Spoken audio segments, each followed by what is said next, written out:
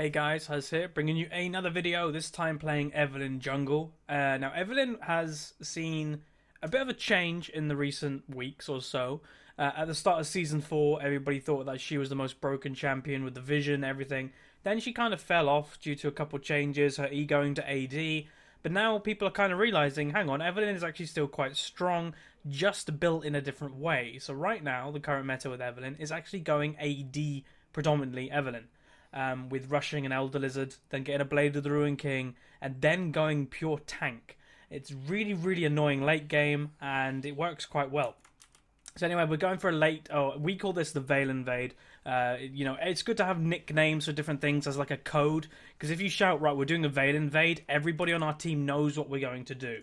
Instead of, right, we're going to go invade the bottom tri-bush. Veil Invade is a lot quicker. So if you are on a ranked 5s team, I'd recommend making a few of them codes. Veil Invade, Banana Bush is quite standard, etc. It's quite a nice thing to have. So we pick up the first blood, a few seconds ago, onto the Ezreal, as a lot of people wait around in this tri-bush, and with a Thresh or something with a, if you're playing Lee Sin as well, you can just blind Q or hook over this wall, and if you hit it in the bottom half of this tri-bush, you're more than likely going to hit somebody, as it's a very popular bush just for the AD carry to wait alone or the support to wait alone, and it works, fairly effectively. So I'm going to start this blue buff, nice and standard start here. Now the one thing different with jungle clearing right now on buffs is a lot of the time you don't have a massive leash. A lot of the time you get your AD or support to hit it maybe once or twice, and then they go to lane. So Fi's going to hit it once, twice, and that's it. Fi hits it twice or 3 times, and that's all I get. A lot of the time now, AD carries and supports don't even hit the buff. They want to get to lane as quick as possible, because the more people have realised, level 2 in bot lane is very, very important. So if you get to lane, start pushing it straight away, you're going to have an advantage there. So anyway, going to do the wolves, try to not lose as much health as possible. But I have got health potions running. So I'll head over to my red buff. Now, I did have a hunch that Lee Sin may invade me, so I do go into stealth with my passive, and you're going to see me do something that, this is where my hunch kicks in. I'm thinking, Lee Sin could be here, and obviously he is, we can see him right there, and he's waiting for me to do my red, but then, unfortunately, I run straight into him. So, when I walked around, I kind of expected it, obviously, because I was, in the area. So I do an okay flash, he flashes after me. Now, that was me smiting that golem there to try and kill the Lee Sin. Get that little bit of damage onto my side, but unfortunately I do go down. So that is a big disadvantage for me early game as Evelynn. As you can see, I did expect him to invade me, but walking straight into him when he was here was just really unfortunate. So that was a really weird invade that he did. When I say that I thought he would have invaded me, I thought he went from blue to red. I thought he would have started blue. But no, he started his own red and then made his way to my red. So luckily for me, he didn't take it after. He was too low. So this will not totally ruin my game. Sure, it puts me at a disadvantage compared to the Lee Sin, but it's still, I do get the red buff. He does have vision of me doing it, but still, it's okay. Red buff is a lot better early game than blue for, a trading jungler, because, Lee Sin, that's probably one of the main reasons he did red. If he had blue there, I very much doubt he would have killed me, or at least we probably would have traded with each other, because red buff, you have the slow, you have a bit of more damage, and it's just better overall at trading. So, if I had red buff there, it would have been a different story. If Lee Sin had blue, it probably would have been a different story too. So anyway, I'm going to speed up the game, looking probably for a gank soon. As Evelynn is very strong early ganking, Lee Sin was looking to come up top, but then decided not to, so I am going for a gank onto the Fiora. So here we go, I move in, and I think any second we do get the flash. I think I'm just going to go for a little bit more damage. My ideal situation there would have been force her out of lane to give Shyvana a bit of a free farm. Lee Sin is in the top lane, so, Shyvana has to be a bit careful, but I think he'll be okay. Going to go back to farming because, I don't want to fall behind. Already lost the blue buff to Lee Sin, with also dying to him, which obviously isn't very good. Speed up the game. I'm going to go back and buy, quite an early buy, but need to get that Spirit Stone. Lee Sin has already got his, and I buy a few mana potions, health potions, and a ward. So overall, quite nice. Probably going to return, do a bit more farming, and then again look for some more ganks. Now our team comp is a Tristana Thresh bot lane, a LeBlanc mid, a Shyvana top with an Evelynn jungle. It's a mixed comp, to be honest. It has team fight elements and it has lane elements, so it works quite well. Now there will be more commentaries coming out soon because with this we made a new ranked team last night. We're still playing against diamonds, etc. But we thought may as well just make a new one. Hopefully we'll get into like plat 1 straight away. Now I can tell you that we went 4-1 in our placements. We ended up in plat 2. Now unfortunately the one loss that we had, we're actually winning the game, and EU West kind of broke, but only for 4 of us, so that was brilliant. Our top laner Duff managed to stay in the game, but myself, Fi, Vale and Thor all disconnected and couldn't reconnect, where the whole enemy team was fine. So that was interesting. So we lost that game when we were winning. But anyway, we're going to look for Lulu here. She has hit level 6, but so has LeBlanc. So if she manages to get like one chain or so onto the Lulu, it could be quite a nice gank, quite an easy gank. But we are maybe just going to back off. She is like roaming around. She's going to put a ward or a pink ward straight in here. So this, if you know a little bit about the game, with pink wards right now, this bush and this bush, late game, there will be pink wards in it. It is obvious that is going to be the case. They are very good positions for pink ward because people can walk past them and it will give vision, and they stay around the whole time as long as they're not destroyed. So that's just something to note. Always look in this bush and this bush, as it is the most common places for pink wards to be.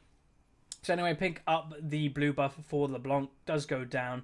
So as you can see, I am ahead in farm to the Lee Sin, and I do have an assist. He has a kill, but he probably, if we look into the gold tab, he is ahead of me in gold by about 160 or so. Obviously, I will be catching throughout this game, as we will see throughout more plays to be had.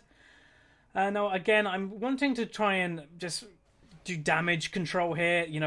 That blue buff early on really annoyed me that I lost it, so I do ward that little bush here just to see if Lee Sin would come in, and I'm going to go for a top gank onto the Fiora. I have hit level 6, so my ult, does a bit of damage.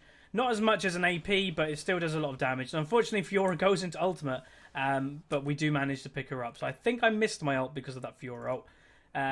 But yeah, we managed to pick up the kill nice and handy there. I pick it up for myself, so that's again going to help me. Head and farm now, even kills, got assist over Lee Sin. So Lee has opted to go mid. LeBlanc may be in a bit of trouble. The Lee Sin hit Q does connect with the ultimate. Now I think I recall that was a really nice play by Thor, but unfortunately both of them use flash, so that's kind of a worth trade for us if you think about it, if we can make something happen. If we can't make something happen with their flashes down, then it's probably worth it for them. But if we can, which is likely, then it's okay. That was actually a really nice juke by Thor as well. So the red buff is up. I think I'm just going to go hover in mid. Take CS where I can, but don't overextend too hard because she probably can kill me. But yeah, I'm just going to hover around, take the XP, and Q that one that I can get it, and Q that one that I can get it, and maybe just Q a few more.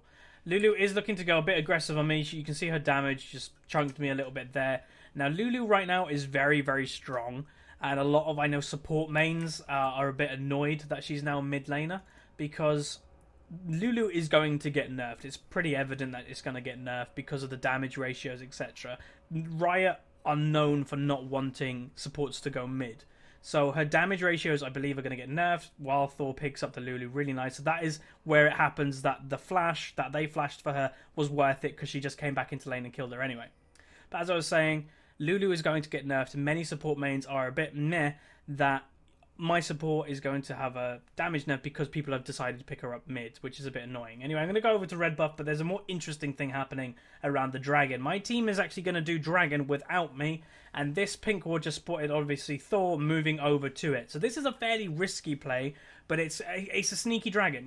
A lot of people don't expect people to do dragons without their jungler. It's not something that happens. So anyway, Lee Sin is coming in, but all they're going to do, kill him really nice and quickly. Fairly good kick by Lee, but kill him and then finish up the dragon. It's, a fairly good play.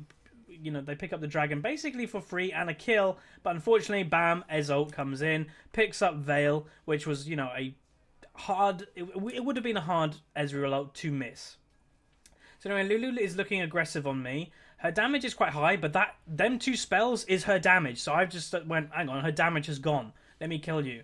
So I've just turned on her, and unfortunately now there's an Annie in the mix. So she does have stun, so I flash the Tibbers as well as she flashes. So that, in a way, is worth it for our team. Annie flash is far more valuable than an Evelynn flash, because I can move in the shadows. I'm stealth. I can just flank people without them even knowing I'm there. You see an Annie coming. You know that she wants to flash Tibbers, so having that flash down on her is always a nice thing. So that was a quite good flash by myself. A lot of people will say the counter to a Mumu or Annie or any big AoE stun champion is a flash, or Malphite, for instance. So yeah, just make sure you get them flashes in, and the champion doesn't really mean a lot. Or if you have an ability that's like a dash, like an Ezreal E or something, just use that to your highest capability when you're trying to dodge them spells. So if we look into the item comparisons within this game, who's doing what, Fiora is building damage. Now, a lot of people may say Fiora is not an amazing champion, and I will probably agree with you. She doesn't offer a lot in the late game. Her lane phase is quite strong. Her mid game is very strong. But her late game, when everybody gets a bit tanky or that type of thing, she's not going to do a lot. And that's kind of where her problem lies. She's a lane bully in certain aspects. Her mid AoE team fights are amazing, but her late game she falls off like a Pantheon. So that's kind of where she stands. The enemy team does have actually quite a early game comp, because they've got Fiora, they've got a Lee Sin. They've got a Lulu, which actually does contradict, because Lulu's very good late game. Big health in that ultimate, a lot of damage. But again, does fall off compared to other mid laners like LeBlanc. Ezreal's very good early game. That damage, early poking, etc. in lane is good, even though he has lost this lane, massively, where he probably should have won it as an Ezreal compared to a Tristana. Where our comp, if you compare, we are much, much, much more late game orientated than them. So anyway, there is a fight coming down. Me and LeBlanc are moving down from the river, and here comes the fight. Unfortunately, that hook missed, but we're going to continue going for it. Ezreal does E out the way, so I'm just going to quickly pick up the Annie and then move on to the Lulu. Vale has to be very careful that Lulu doesn't E onto a minion and Q it, but I think Lulu will go down. While a Lee Sin does move into the area, Fi manages to get out, so that was a 3-for-0 trade, with Fi and Vale going very low, but obviously definitely worth it. Now I am looking for their red buff here, because I know it's up. It's the time of the game that is up, and Lee Sin was heading to it. So I'm right here waiting for him. I'm waiting for LeBlanc, and I'm just about to smite it where he don't already smite it, but we're just going to go for the kill. He kicks me, misses, the hook, and pick up the kill. So I pick up the kill there myself, because we were unsure if he actually had flash or not, and also red buff is a bit better on AD Evelynn than LeBlanc, so it was worth me picking up that kill there. So that does make me 4-1-1. Build-wise, as I mentioned in the early game, many of you may be unfamiliar with AD Evelynn. It is played in LCS right now. You still can go AP. That is something that I ought to say. You can go AP Evelynn. It's not totally out of the book. I just quite like the AD Evelynn now. I've played a few games with it, and it's quite effective. So the whole build is orientating about early game damage is quite high, but then go pure tank. You are going to be the most annoying Evelynn in the game, because a lot of people depict Evelynn as really squishy, high burst, really squishy, nuke the Evelynn down, oh, she's dead. Where if you go tanky, you flank right into them, you use your ultimate to slow them, you run into the middle of them, use Randuins. They're all slowed, attack speed slowed, everything like that. Then they can't kill you. That's the whole point of the tanky Evelynn. It works wonders. Anyway, I'm walking down the bot lane to look for a gank. Only Vale is in the area, but we still may be able to make something happen if a hook lands or something like that. So I'm just waiting in the wings. Ezreal does use his E there, and fail flash. Does happen, so I think I'm going to leave that kill for Fi. There we go. Fi's on the killing spree now. Ezreal's just about to ult for me, no reason really. He wasn't going to kill anybody. But there is a fight going over in this general direction. Thor has to be careful. Lee Sin does manage to miss the hook, and he manages to get out. So really nice play by Thor, but unfortunately Lulu does flash right on top of him. So again, I am right now on TeamSpeak. I am communicating with Duff. Hang on, we can fight her. So as you can see, he's baiting her with the base, all that type of thing.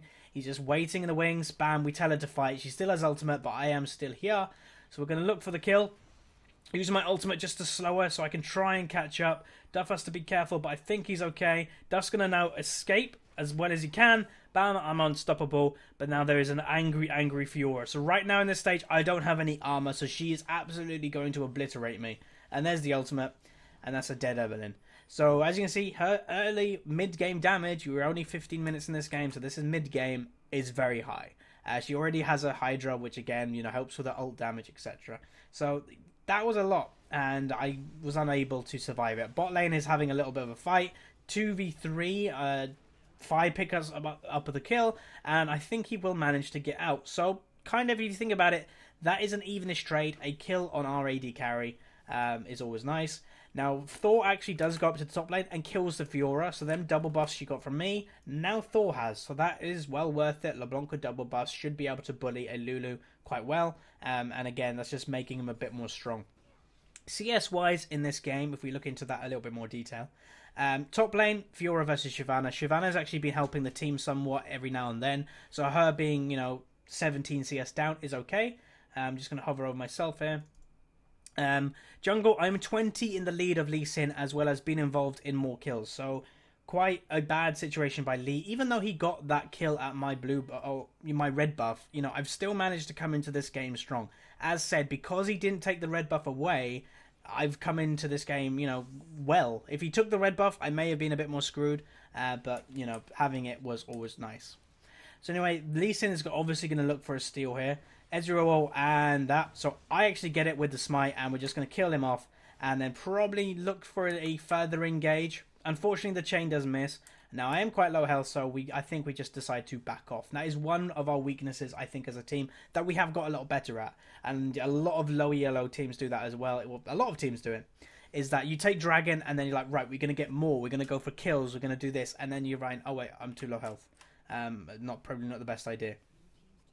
So Shyvana was waiting over here just to see. Very nice hook by Vale, but unfortunately not enough of us are in the area. But we do force Lulu out, which is good.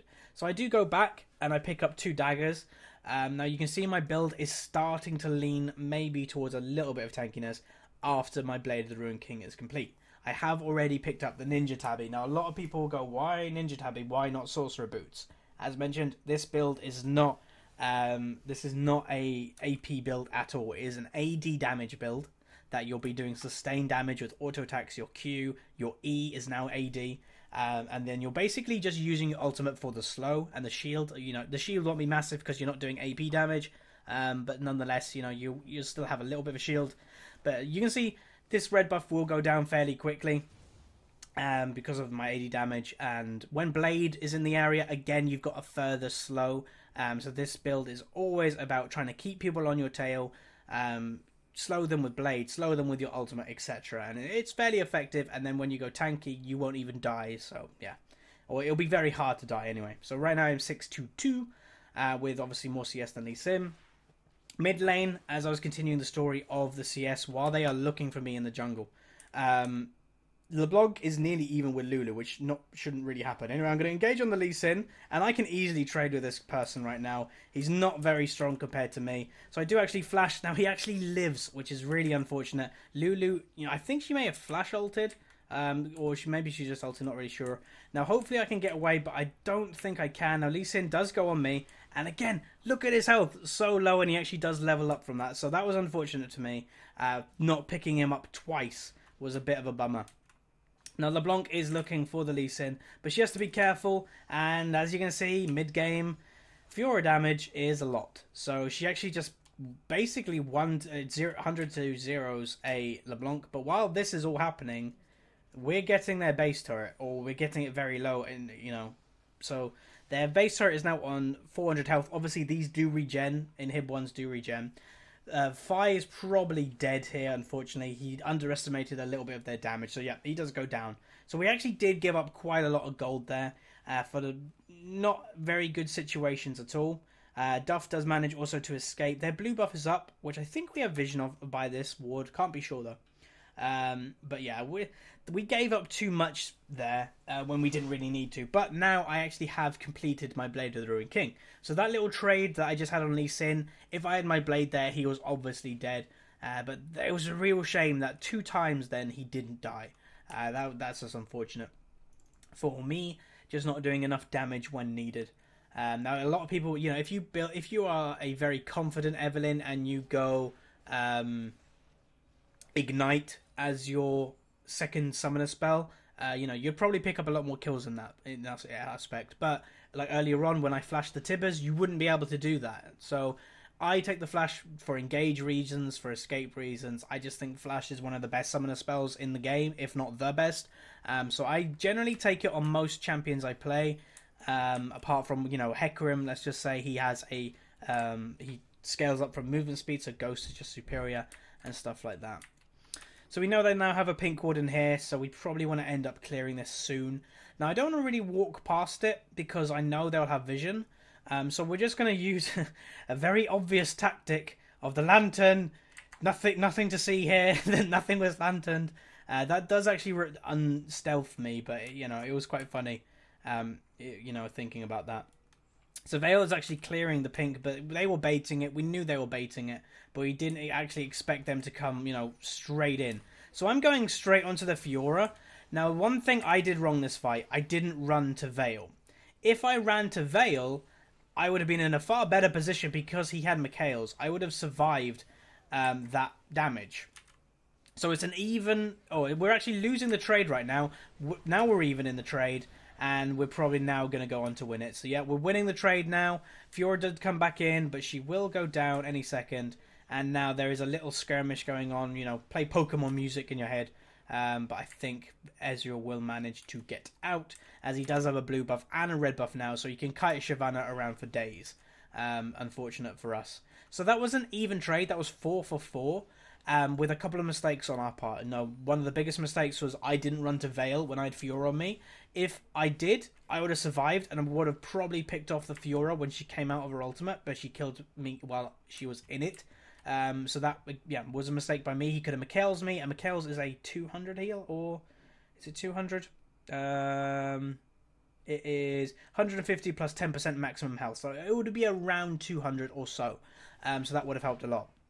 But right now, I'm starting to build up my armor. So we can see that I've had my Ninja Tabby for a while, but now I'm starting to build my 2 cloth armors that will be going into the Warden's Mail, and that Warden's Mail will be going into a Randuin's. And now, as mentioned, the Randuin's on Evelynn works in the way of you walk into the enemy team, you use your ultimate to slow everybody, then you walk into them and use the Randuin's, and they're all really goddamn slow. So anyway, Shyvana is having a little bit of fun with the Fiora up top lane. So this is a 4v4. We're not really sure if we want to take it, so we're just going to give the blue buff to LeBlanc. You know, that CDR, mana regen, all like that type of thing in a team fight is going to work wonders for us. So LeBlanc comes back over, and Shyvana is on her way down, but she, you know, on TeamSpeak, Duff is communicating. Fiora will be following me.